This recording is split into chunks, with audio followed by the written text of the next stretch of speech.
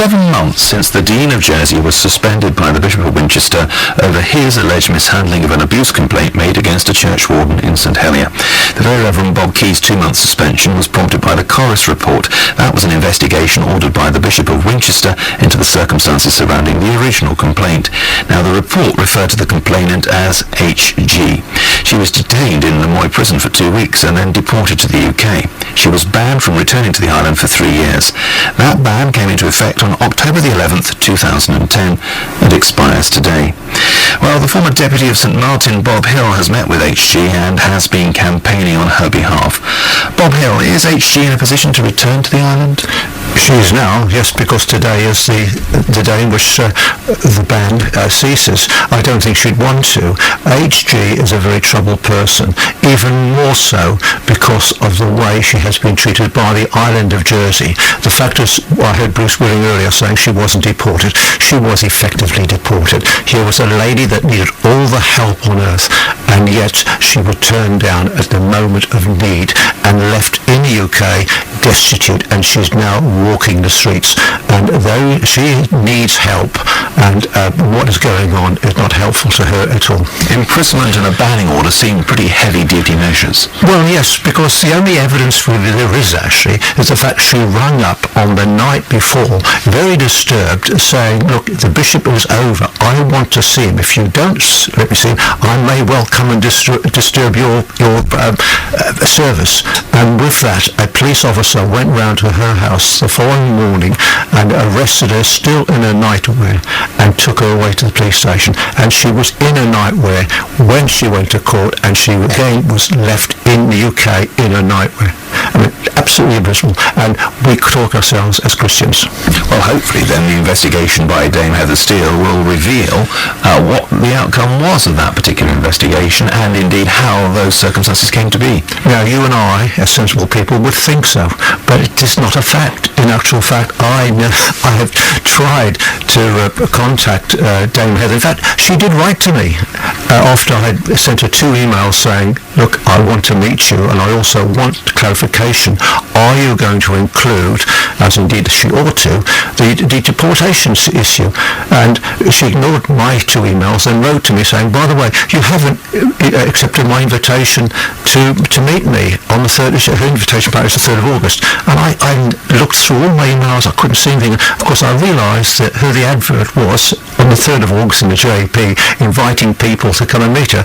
And yet, I had only 2 months earlier met with John Gladwin in London with H.G., and we made absolutely clear that H.G. wanted to pursue the matter, and it's a whitewash. We've got 3 reports here. We've got the original Corris report, which was commissioned by the new Bishop of Winchester, Tim Dakin, when he took office. Then we have 2 other reports which he has subsequently commissioned, the one from Dame Heather Steele, who is a High Court judge, and the one from Bishop John Gladwin, who is a former Bishop of Chelmsford, who is very highly regarded within the Church of England. 3 reports, one in the public domain, 2 others we will see, it is thought, before Christmas, and yet you're not convinced they're going to resolve this issue once and for all. Well, no, those of us who have heard Bruce Willing this morning said this investigation is nothing about H.G. This is more about the way in which the running of the church between Winchester and Jersey. Well, critics are saying it's a power grab by the Bishop of Winchester to actually take control of the church in Jersey directly, rather than to have it run via the Dean.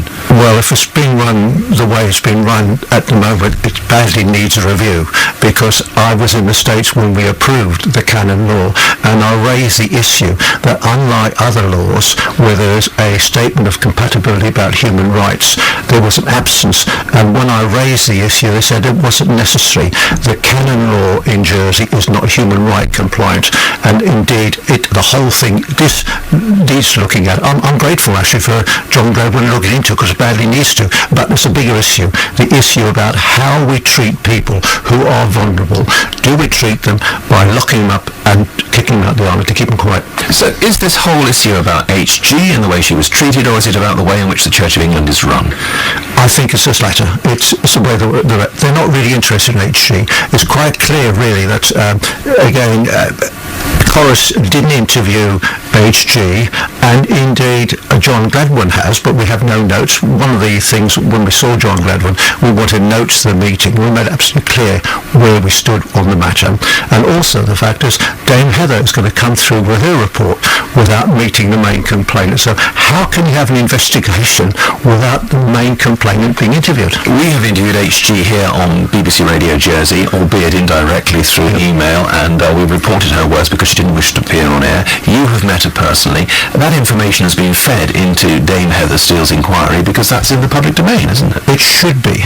But this is the point. I've asked if it has been, and Dame Heather won't reply to my emails. Absolutely amazing. The lady's been in Jersey.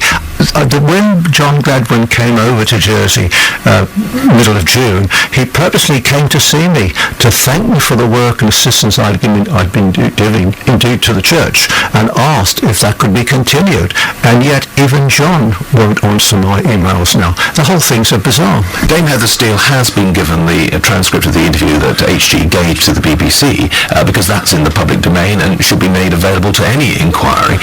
That said, are you not confident then that HG will have fair representation in Dame Heather's report? There's no one representing her. I'm not really a representative. I know I've been seen as being supporting her, but really she's a very loose cannon in many ways. She's a very disturbed person, as I said earlier. She's troubled. She needs help, and she cannot do that on her own, and yet no one seems to make allowances for it. That's what I find so bizarre. Is there any winner at the end of this?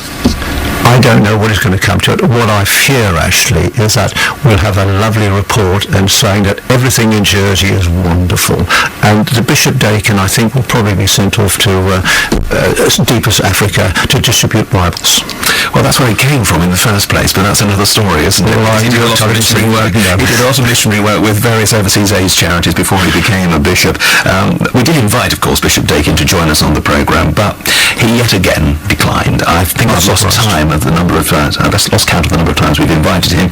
Basically, he declined, saying he didn't wish to preempt the outcome of the inquiries. I think he knows what the outcome is. In fact, he may well be taken to the cleaners. Deputy Bob Hill, former Deputy Bob Hill, thank you very much indeed for joining us this morning. We'll